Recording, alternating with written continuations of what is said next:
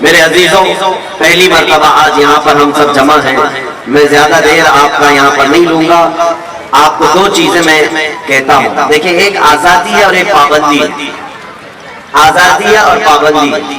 1947 میں آزادی ملی ہے، سب کو پتا ہے، سارے لوگ جانتے ہیں. لیکن ساتھ ہی میں 1950 کو یہی ہماری ڈیموکریسی جب ترتیب پا گئی، جمہوریت اور اس کے لا بنائے گئے تو قانون بنا کر ہمیں دیا گیا، تو قانون پر عمل کرنے کی پابندی لگائی گئی. تو آپ کے دماغ میں ایک سوال آتا ہوگا، 1947 میں آزاد کر دیا اور پھر 1950 میں 1950 میں پھر قانون میں پابند کر دیا، پھر یہ کیسی آزادی؟ میں یہاں بتانا چاہوں گا کہ آزادی کا مطلب کیا ہے وہ بھی سمجھ لیں آپ. آزادی کا مطلب یہ ہے کہ انسانی اقدار کے ساتھ، انسانی اصول کے ساتھ جینا اور دوسرے کی آزادی کو خراب نہ کرنا، یہ صحیح معنوں میں آزادی ہے. آزادی کا مطلب یہ بھی نہیں ہے کہ کوئی ننگا پھرتا رہے اور دوسرے کو تکلیف دے. وہ آزادی تو جنگلوں کی آزادی ہے، جانوروں کی آزادی ہے. میرے عزیزو، آزادی کا مطلب یہ ہے کہ تمہیں ایک جو سمویدھان دیا گیا ہے وہ ڈسپلن مینٹین کر کے جو چلے گا وہی سب سے بہترین آزادی ہے. قانون کے خلاف جو بھی کرتا ہے، ہمارے آقا صلی اللہ تعالیٰ علیہ وسلم نے بھی ہمیں اصول عطا کیے، فرامین عطا کیے، اور یہ بھی فرمایا من غشنا فلیس منا، جس نے ہمیں دھوکہ دیا وہ ہماری امت میں سے نہیں ہے. اس لیے دھوکہ دینا، رشوت دینا، یہ تمام چیزیں جو قانون کے ساتھ آج ہو رہی ہیں، ان سب سے آج ہمیں مکتی چاہیے، آزادی چاہیے. ہم یہ سوچتے ہیں کہ 500,000 دے کر کے قانون توڑ دیں گے، ایسا کبھی نہیں کرنا چاہیے. قانون کے رکھوالے بھی ایسا نہ کریں، ہندوستان کا کوئی شہری بھی ایسا نہ کرے. اس لیے کہ 500,000 دے کر کے اگر آپ نے قانون توڑ دیا تو گویا کہ آپ نے ہندوستان کے سمویدھان کے ساتھ کھلواڑ کیا ہے. آگے آنے والی نسلیں پھر ڈسپلن کبھی مینٹین نہیں کر پائیں گی. اس لیے ہر ایک کو رشوت کے خلاف بھی کھڑا ہونا ہے، کرپشن کے خلاف بھی کھڑا ہونا ہے، کیونکہ کرپشن کے خلاف کھڑا ہونا ہی ہمارے ہندوستان کے سمویدھان کی حفاظت کے لیے کھڑا ہونا ہے. بس میں انہی باتوں کے ساتھ آج میں فخر کے ساتھ یہ کہتا ہوں، پہلی مرتبہ ہم گراؤنڈ میں جمع ہوئے ہیں، پہلی مرتبہ یہ ہمارا یہ کاریکرم، یہ جو پروگرام ہوا ہے. میرے آج ہمیں سیکھنا بہت کچھ ہے، ہم بچے ہیں اور بہت ساری چیزیں ابھی ہمیں سیکھنی باقی ہیں. ڈپارٹمنٹ کا بھی میں شکر گزار ہوں کہ انہوں نے پرمیشن دیا، بی ایم سی والوں نے اور دیگر یہاں پر منتظمین نے. خاص طور پر آج میں آپ کو ایک بات بتا دوں، مدینہ جامع مسجد کی آواز پر آج پاک سائٹ سے گھاٹ کوپر کے قریب کی جتنی تنظیمیں تھیں، کمیٹیاں تھیں، الحمدللہ وہ سب یہاں پر آج حاضر ہو چکی. ایک جھنڈے کے تلے ہم سب جمع ہوئے ہیں. مجھے امید ہے کہ پھر یہ جھنڈے تلے جب بھی آواز اٹھائی جائے گی ہم سب ایک جگہ جمع ہو جائیں گے. جمع ہوں گے نا انشاءاللہ. یہاں پر میں سارے کمیٹیوں کے نام پڑھ نہیں پاؤں گا. الامان فاؤنڈیشن کی طرف سے ہے، رہبر کمیٹی کی طرف سے ہے. آپ اپنے بینر اوپر اٹھائیں تو پتہ چلے گا. شاداب ایجوکیشن ویلفیئر سوسائٹی یہاں پر ہے، فیضان مصطفیٰ ویلفیئر سوسائٹی، سہایتا سوشل کمیٹی، پنکے شاہ درگاہ مسجد ٹرسٹ، مدینہ عیدگاہ کمیٹی، لاسٹ میں غلام حبیب کمیٹی اور دیگر جتنی کمیٹیاں پاک سائٹ اور وکرولی گھاٹ کوپر میں موجود ہیں، میں سب کا شکر گزار ہوں. میرے خیال سے کچھ لوگوں کے بینر آئے نہیں ہوں گے، لیکن امید ہے کہ مدینہ جامع مسجد کے اس پرچم تلے، ہندوستان کے جھنڈے تلے سبوں نے اپنا سپورٹ پیش کیا اور جمع ہوئے ہیں. انشاءاللہ العزیز اسی طرح ہم آگے بھی متحدہ طور پر کام کرتے رہیں گے، اس لیے کہ اتحاد زندگی ہے اور اختلاف موت ہے. اتحاد زندگی ہے، اختلاف موت ہے. ہم اختلاف سے باہر آئیں گے اور سب مل کر کے ہندوستان کی ترقی کے لیے عزم کریں گے، عہد کریں گے. آج آخر میں میں صرف اتنا کہنا چاہوں گا کہ آپ تمام حضرات مل کر پرجوش انداز میں یہ عزم کریں آج کہ ہندوستان کے وقار کے لیے ہم یہاں پر انشاءاللہ العزیز جو کچھ بھی بن سکے گا ہم کرنے کی کوشش کریں گے انشاءاللہ. دیکھیں ہندوستان کی صرف چیزیں حاصل کر لینا ظاہر سی بات ہے. آپ جی رہے ہیں یہاں پر، آپ کے اناج کہاں سے مل رہے ہیں؟ اسی ہندوستان کی زمین سے. آپ کا پانی جو روز استعمال کر رہے ہیں اسی ہندوستان کی زمین سے مل رہا ہے. ایسا نہیں کہ ہندوستان میں رہ رہے ہیں اور امریکہ کا پانی پی رہے ہیں. سب ہم یہیں کا پانی پی رہے ہیں، یہیں کے اناج کھا رہے ہیں. تو کیا ہم ہندوستان کو جانے سے پہلے بھی کچھ دے کر کے جائیں گے؟ یہ ہر ایک نوجوان کے اندر خواہش ہونی چاہیے کہ میں بھی ہندوستان کی ترقی میں اپنا کچھ حصہ دے کر کے جاؤں، جیسے ہمارے پرکھوں نے دیا ہے، بڑے بڑوں نے دیا ہے، جتنے لوگوں نے بھی ہندوستان کو بنانے میں یوگدان دیا ہے آج ان کے نام لیے جاتے ہیں۔ اسی طرح ہر مسلمان کو، ہر ہندوستانی شہری کو یہ عزم کرنا چاہیے، صرف میں ہندوستان کی مٹی میں رہ کر کھا پی کر کے چلا نہ جاؤں، بلکہ ہندوستان کی ترقی میں میں اپنا بھی کچھ حصہ رکھ کر کے جاؤں، کوئی تو ایسا میں کام کر کے جاؤں۔ اس لیے سائنس کے میدان میں جو بچے ہیں میں ان سے گزارش کروں گا پڑھو اور بہت آگے بڑھو، تاکہ ہندوستان کی سائنس کو، ہندوستان کی ٹیکنالوجی کو تم آسمانوں تک پہنچاؤ۔ آج جو بچے انجینئرنگ میں ہیں میں ان سے گزارش کروں گا کہ خوب آگے بڑھو، اتنا آگے بڑھو کہ ہندوستان کا انجینئرنگ میں ایک مقام پیدا ہو جائے پوری دنیا میں، تاکہ آپ کو ہمیشہ یاد کیا جائے۔ ایک بات یاد رکھنا، آپ کون سے گھر میں رہ رہے تھے، کیا پہنتے تھے، کیا کھاتے تھے، آپ کے مرنے کے بعد کچھ بھی نہیں یاد کیا جائے گا۔ آج سے تقریباً 100 سال کے بعد آج ہم کھڑے ہیں 2020 میں، اگر 100 سال اور زندگی ہوئی، 100 سال کے بعد اگر دنیا باقی رہی تو یاد رکھ لینا 100 سال کے بعد ہم میں سے شاید ہی کوئی رہے گا، اور پھر ہم میں سے جو بھی کسی کی نسلیں ہوں وہ ہم کو نہ ہمارے گھر سے یاد کریں گی، نہ ہمارے کپڑوں سے، نہ ہمارے کھانے پینے سے۔ یاد اگر کیے جائیں گے تو تمہاری ترقیوں کو یاد کیا جائے گا، تم نے اگر کچھ کیا ہے۔ آج تاج محل کو یاد کیا جاتا ہے اس لیے کہ تاج محل ایک عجوبہ ہندوستان کی ترقی کے اور ہندوستان کا سر اونچا کرنے کے لیے ایک بادشاہ نے دیا، لال قلعہ دیا ہے، قطب مینار دیا ہے، اور بھی بہت ساری ایسی چیزیں ہیں ہندوستان میں جو ہندوستان میں رہنے والوں نے اس کی ترقی کے لیے دیا ہے۔ اسی طرح سے میں گزارش کروں گا ہر فیلڈ میں جو بھی ہے وہ ہندوستان کی ترقی کے لیے اپنا کچھ حصہ ضرور دے کر کے جائے۔ ظاہر سی بات ہے آج یہ بات یاد کی جائے گی، اگر آپ نے انجینئرنگ میں جیسے پلین بنانے والا کون تھا، سب سے پہلے ایروپلین کس نے اڑایا وہ ہمیشہ یاد کیا جائے گا، کمپیوٹر کس نے بنایا یہ ہمیشہ یاد کیا جائے گا، ٹیلی فون کس نے بنایا یہ ہمیشہ یاد کیا جائے گا۔ ایسی کچھ ایجادات کرنے والے ہمارے پاس اسٹوڈنٹس ہونا چاہیے، میں ان کی حوصلہ افزائی کرتا ہوں۔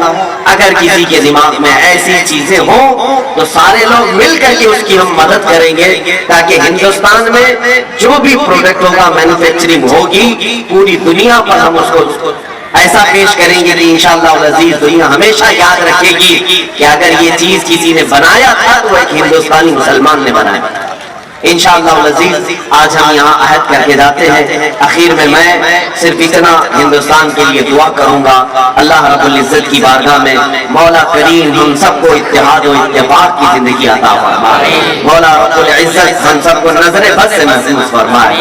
خاص طور پر پاک سائٹ پٹرولی گھاٹ کوپر کے جتنے لوگ یہاں پر حاضر ہیں، آج یوم جمہوریہ کے موقع پر اے رب العالمین تیرے دربار میں ہم التجا کرتے ہیں، جس طرح آج ہم آزاد ہیں ہمیں موت تک تو آزاد ہی زندگی عطا فرما، مولا دوسروں کی غلامی سے ہم سب کی حفاظت فرما، پورے ہندوستان کے وقار اور عزت کو مولا تو دوبارہ فرما دے، جنہوں نے آج جس طرح سے بھی محنتیں کی ہیں سب کو اس کی اپنی شان کے مطابق اجر عطا فرما۔ اے کریم خدا ان نونہال بچوں کے مستقبل کو روشن و تابناک بنا دے، ہماری ماؤں اور بہنوں کی عزت و وقار کو بلند فرما دے، ان کی کوکھ سے نیک و صالح اولاد نصیب فرما، خصوصاً مولا ہمارے مذہبی شعار کی تو حفاظت فرما، جو بھی ہمارے دین و ایمان اور ہندوستان کے امن و چین و سکون کو غارت کرنے کی کوشش کرے، اے مولا تو اس کے لیے کافی ہو جا۔ حسبنا اللہ و نعم الوکیل، نعم المولا و نعم النصیر، وآخر دعوانا الحمد للہ رب العالمین۔ السلام علیکم۔ نعرہ تکبیر، نعرہ رسالت، ہندوستان، ہندوستان، ہندوستان، انقلاب، انقلاب، بھارت کا سنویدھان۔ السلام علیکم۔